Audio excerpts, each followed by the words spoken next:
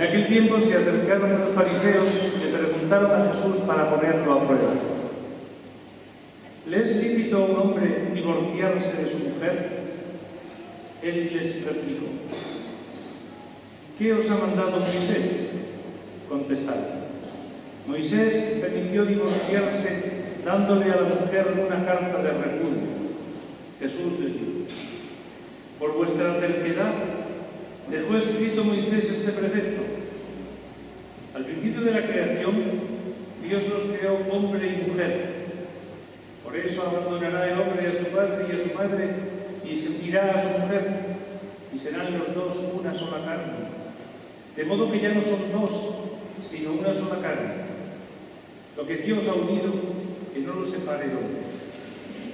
En casa los discípulos volvieron a preguntarle sobre lo mismo.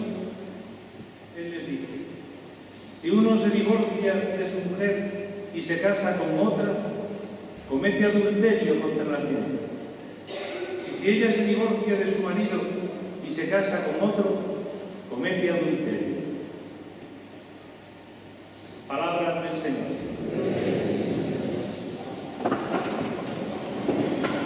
Queridos hermanos, la palabra de Dios de este domingo, el Evangelio, nos habla del divorcio.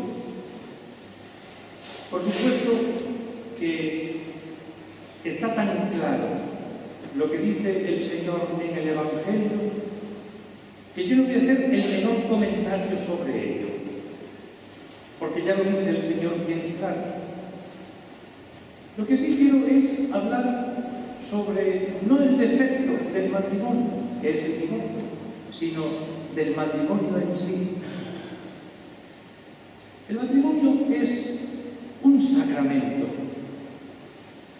Y cuando los cristianos se casan por la Iglesia, vienen a hacer realidad el signo del amor de Dios en el mundo. Y por eso se casan por la Iglesia. Porque vienen a hacer presente el amor de Dios entre los hombres.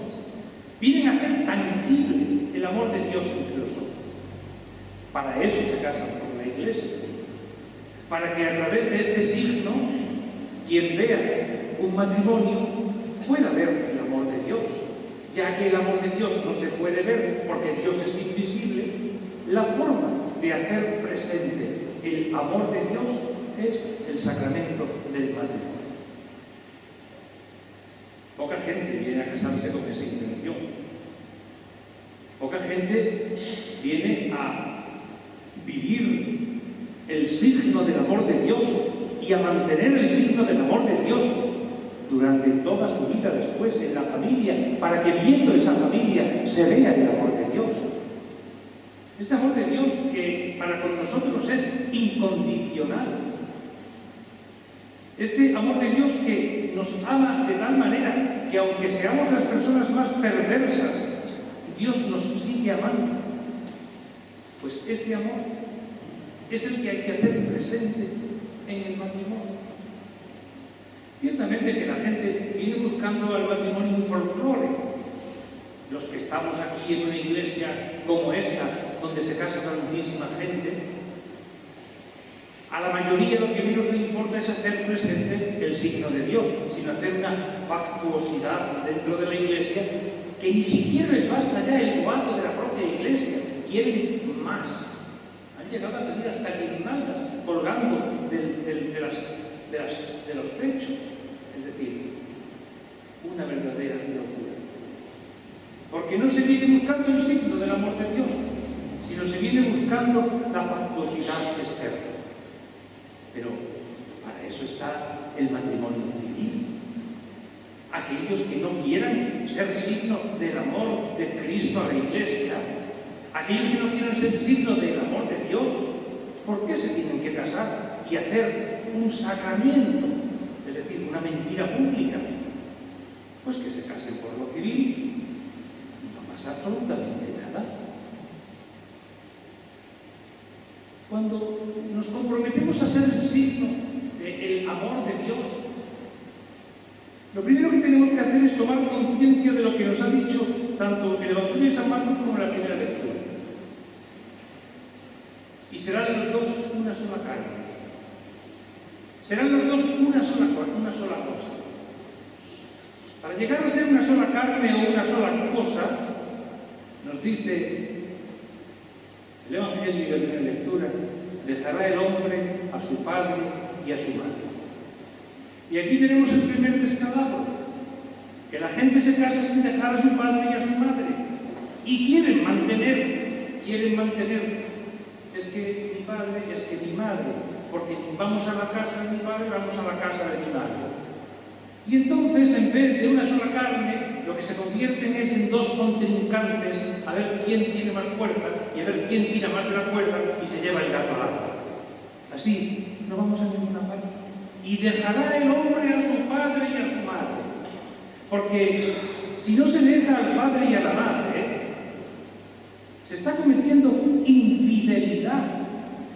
La infidelidad no es solamente irse por las ramas.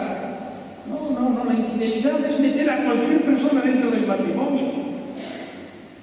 Y aquí el Señor, que sabe bien, dice: dejará el hombre a su padre y a su madre. Porque si no, se es infiel en el matrimonio. Y hay que mantener fidelidad en lo que se ha prometido para ser una sola carne.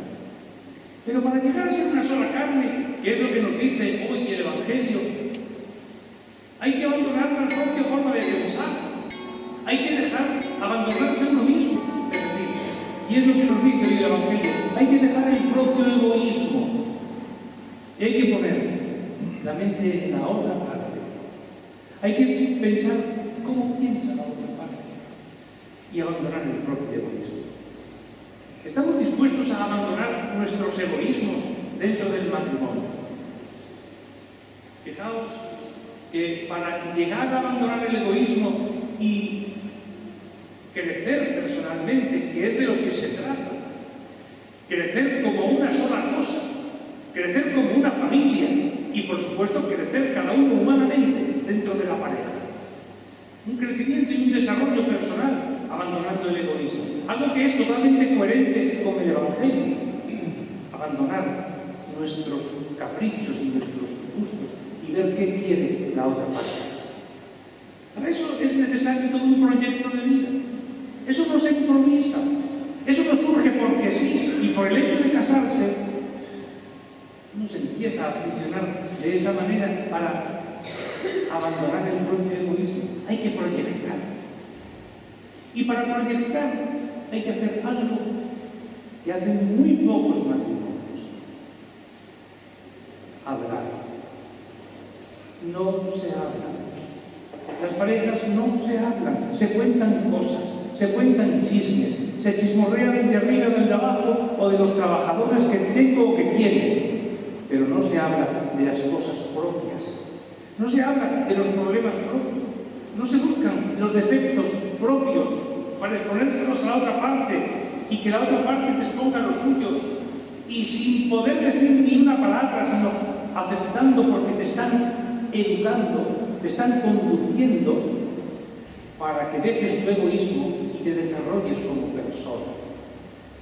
Y en ese educar, donde se habla para ver cómo es la otra parte, tiene que haber una dosis tremenda de perdón. Son elementos que no se dan muy en el matrimonio. La gente salta por cualquier cosa. Claro, por cualquier cosa no. Sí, por cualquier cosa. Pero claro, lo que ocurre es que los problemas se van metiendo dentro y se van metiendo dentro y se van metiendo dentro. Y eso es como una olla express. Se va aumentando la presión y llega un momento en que hace ¡pum! Y ya no hay remedio. Una vez que explota la olla, se ha terminado la conversación. Pero es que la olla express tiene una válvula de escape. Y esa válvula de escape en el matrimonio es la conversación, es hablar, es comentarse las cosas para poder perdonarse, para poder aceptar a la otra parte. Y cuando nosotros vivimos el matrimonio como una forma de crecimiento personal, como una forma de desarrollo personal y de pareja, Entonces, estamos construyendo nuestra propia familia, donde merece la pena vivir, donde merece la pena construir con la otra parte, porque fijaos, no es la contrincante o el contrincante, es quien me ayuda a crecer como persona, es quien me ayuda a crecer humanamente, porque fijaos, no hay nadie que nos pueda decir eres un tal o eres una cual, porque no tiene confianza con nosotros. Solamente nuestro marido o nuestra mujer nos puede decir aquello en lo que tenemos que cambiar, porque al principio nos lo dirá con cariño. Después es insoportable todo, porque como se empieza a perder el respeto y se empieza a perder la confianza y se pierde hasta el cariño, luego pasa lo que pasa. Pero cuando se mantiene el respeto y se mantiene el cariño, mi mujer, mi marido, es aquel que me va a ayudar a crecer como persona, es aquel que me va a ayudar a crecer en lo humano y aquel que será capaz de caminar conmigo para que me pueda autorrealizar como una persona y sentirme a gusto en el mundo. Vivimos un mundo realmente de desagravio y desesperación. Y pienso que es porque la unidad familiar está rota, porque el matrimonio está roto. Y cuando la unidad familiar está rota, viene pues la depresión, la angustia, la agresividad y tantas otras cosas que lo que hacen es estropear el mundo. Esto sin contar la revolución sexual, que es otro de los grandes daños, y termino, del matrimonio.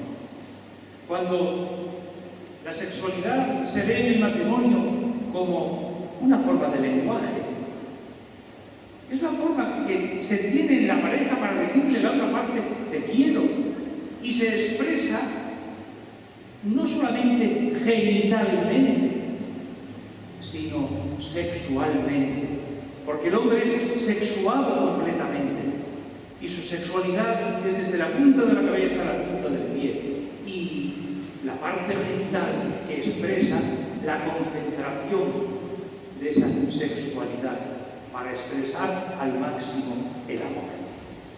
Cuando esto se desfigura y se degrada y se convierte la sexualidad en una forma de comercio o en una forma de castigo, entonces estamos destruyendo también lo más sagrado del matrimonio, que es su lenguaje sexual, su lenguaje de amor.